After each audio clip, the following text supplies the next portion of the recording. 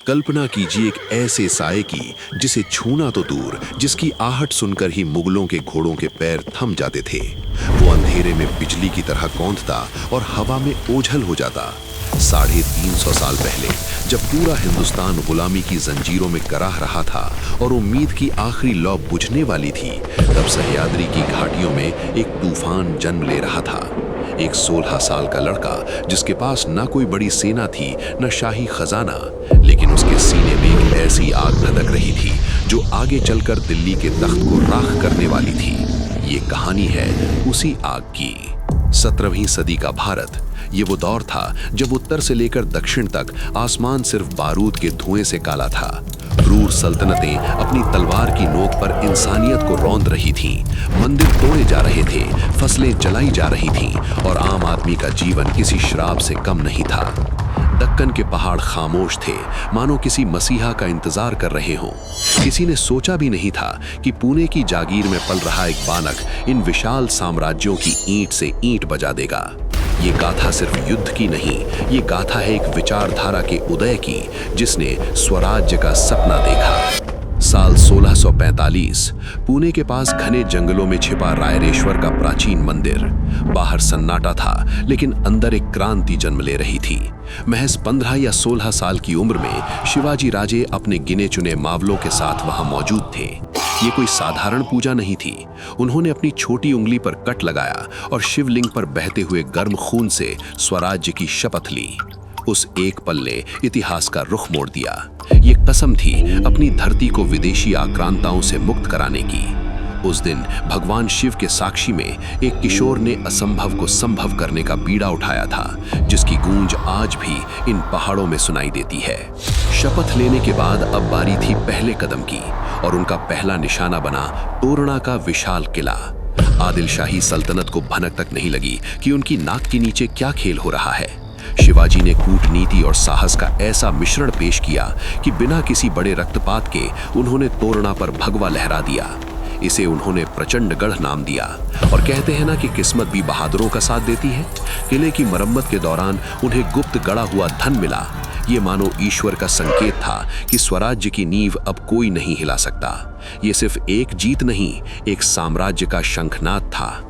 लेकिन सवाल ये था कि मुट्ठी भर मावले लाखों की शाही सेना से कैसे लड़ेंगे। यहीं से जन्म हुआ उस युद्ध नीति का जिसे दुनिया गनीमी कावा यानी गुरिल्ला वॉरफेयर के नाम से जानती है। शिवाजी जानते थे कि सीधी लड़ाई में दुश्मन भारी है, इसलिए उन्होंने सह्याद्री के भूगोल को अपना हथियार बनाया। वो हवा की तरह आते, बिजली की तरह वार करते और पहाड़ों के कोहरे में गायब हो जाते।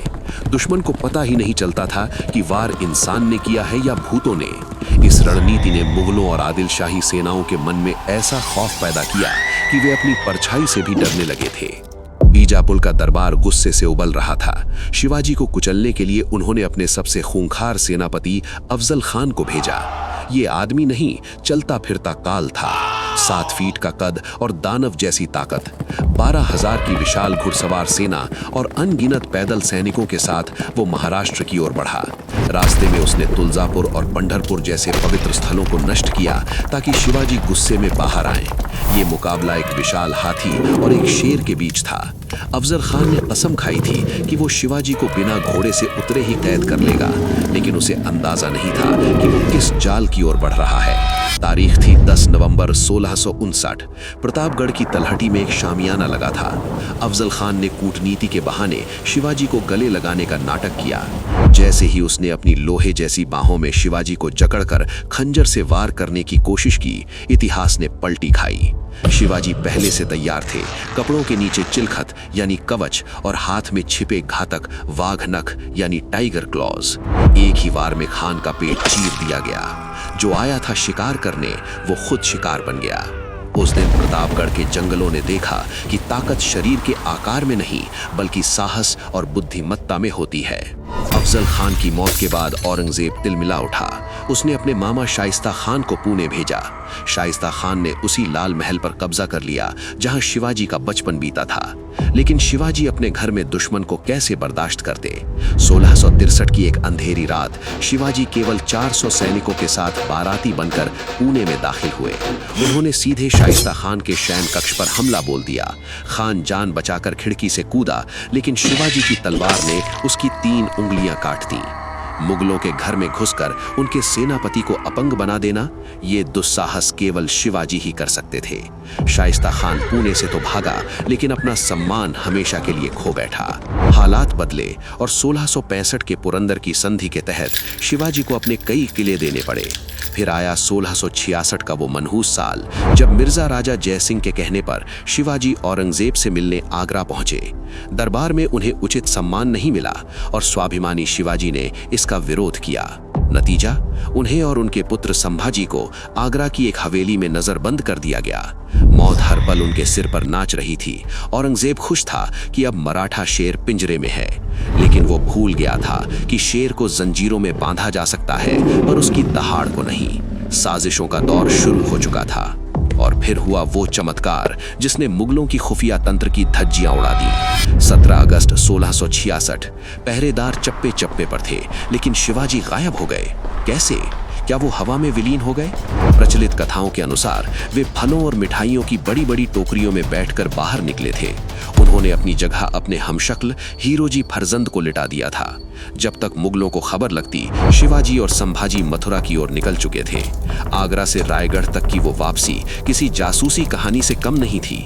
इस घटना ने साबित कर दिया कि शिवाजी को कैद करने वाली दीवारें इस दुनिया में बनी ही नहीं हैं। आगरा से लौटते ही घायल शेर ने दोगुनी ताकत से हमला किया।